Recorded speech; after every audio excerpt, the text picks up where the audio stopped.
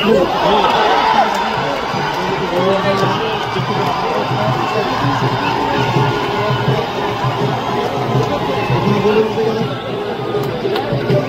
खेलते आए ना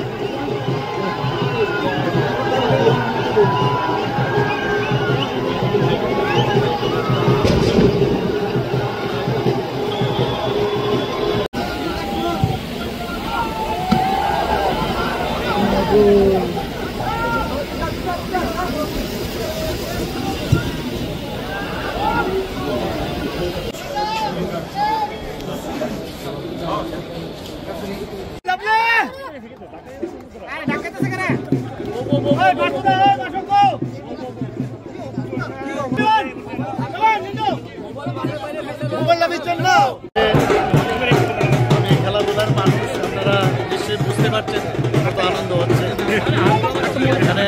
আজকে আপনারা সবাই জানেন কিংবদন্তি প্লেয়ার এবং মোহামেডান স্পোর্ট, মোহনবাগান এবং ইস্ট বেঙ্গলের দুটো ক্লাবেরই উনি ক্যাপ্টেন ছিলেন এবং উনি এখানে এসছেন। এর আগেও ত্রিপুরাতে বহুবার এসেছেন। উনি এখানে এসে বলছিলেন যে এত সুন্দর বাতাবরণ আগে তো আমরা কখনো দেখিনি, ত্রিপুরার চেহারাই পাল্টে গেছে। আমরা বলছিলাম প্রায় 8টা থেকে 9টার মতো এরকম আমরা সিনথেটিক টার্ফ ফুটবল গ্রাউন্ড আমরা বানিয়েছি, আরও 2-3টে আরও হচ্ছে বিভিন্ন জায়গায়। তো এই বিষয়ে খেলাধুলার জন্য আমরা এই ত্রিপুরা সরকার কি করছে পুরো বিষয়টা ওনার সাথে আলোচনা করছিলাম।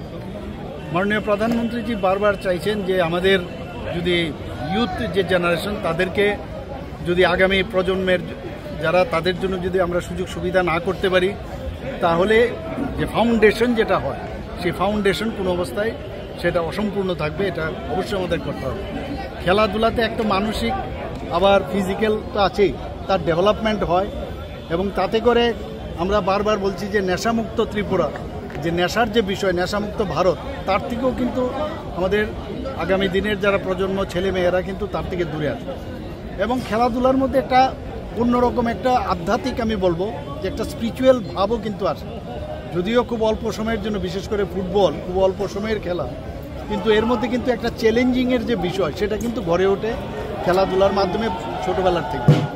তো আমি ফুটবল আমরা সবাই জানি, বিশেষ করে ত্রিপুরাতে তো বাঙালি জনজাতি সবাই মিলে, আমরা জাতি জনজাতি সবাই মিলে আমরা খেলছি এবং আমরা দেখছি এর মধ্যে যে খেলার পরে তখন তো একটা মানে এমন একটা অবস্থা হয় যে অপোনেন্ট এবং দুজনেই একজন আরেকজনের অপোনেন্ট, কিন্তু খেলার পরে কিন্তু একজন আরেকজনের সাথে হাত মিলায়।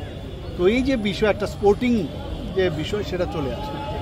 তো আমি আশা করি যে ত্রিপুরাতে এই খেলাধুলার যে বিষয় আপনারা সবাই জানেন, এখানে আমাদের জিমন্যাস্টিক হোক, আমাদের সুইমিংয়েই হোক, অ্যাথলেটিক্সেই হোক, ব্যাডমিন্টনেই হোক, বিভিন্ন খেলায় কিন্তু আমরা খুব ভালো রেজাল্ট করছি। বিশেষ করে ফুটবলে আমাদের স্কুল জগতে যারা আছে মেয়েরাও ভালো রেজাল্ট করছে, অল ইন্ডিয়া বেসে ছেলেরাও ভালো রেজাল্ট করেছে।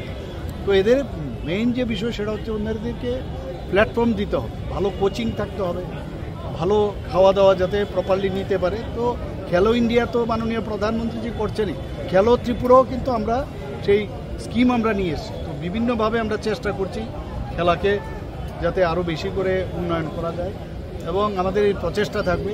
আজকে এখানে যে ত্রিপুরা ফুটবল অ্যাসোসিয়েশনের তরফ থেকে যে রাখাল স্মৃতির যে নকআউট ফুটবল টুর্নামেন্টের আজকে ফাইনাল ছিল এবং দুটো যারা আজকে ফাইনালে যারা খেলছে তারা খেলেছিল মানে ফরওয়ার্ড ক্লাব এবং ব্লাডমাউথ, দুটোই কিন্তু আমার কেন্দ্রে। তো চ্যাম্পিয়ন হয়েছে ফরওয়ার্ড ক্লাব, কিন্তু ব্লাডমাউথও ভালো খেলেছে।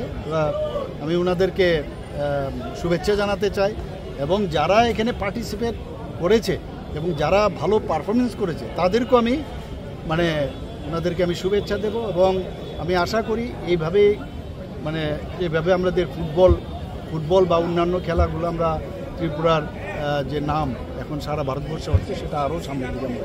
স্যার আপনি জানিয়েছিলেন রাজ্য সরকারের এবং আপনার দেখুন একটা সমস্যা হচ্ছে এখন তো যেহেতু স্পন্সরশিপ খুব স্ট্রং মানে ক্রিকেটে, আমি নিজেও ত্রিপুরা ক্রিকেট অ্যাসোসিয়েশনের প্রেসিডেন্ট ছিলাম, আপনি জানেন পয়সার সেখানে অভাব থাকে। ফুটবলে এখনও এই ধরনের খেলা আমরা ফ্লাড লাইট লাগিয়েছি, তো মানুষ কিন্তু এখন আসছে আস্তে আস্তে করে যখন স্পন্সরশিপটা বাড়বে, কারণ এখানে যে ত্রিপুরা ফুটবল অ্যাসোসিয়েশন তাদের কিন্তু একটু আর্থিকভাবে কিন্তু অনেকটা দুর্বল, আর ফেডারেশনের থেকেও সেইভাবে কিন্তু, কারণ মোরাললেস সব জায়গায় ওই ধরনেরই অবস্থা। তো যে কোনো খেলাধুলার উন্নয়নের লক্ষ্যে কিন্তু একটা ফান্ডের বিশেষ প্রয়োজন। আমরা দেখছি আমাদের মতো করে আগামী দিনে, কারণ অনেক জায়গার মধ্যে এখন আসছে অনেক লোক বাইরের থেকে, বিভিন্ন স্কিমের মাধ্যমে ওনারা আসছে। যদি হয় নিশ্চয়ই আপনারা জানবেন।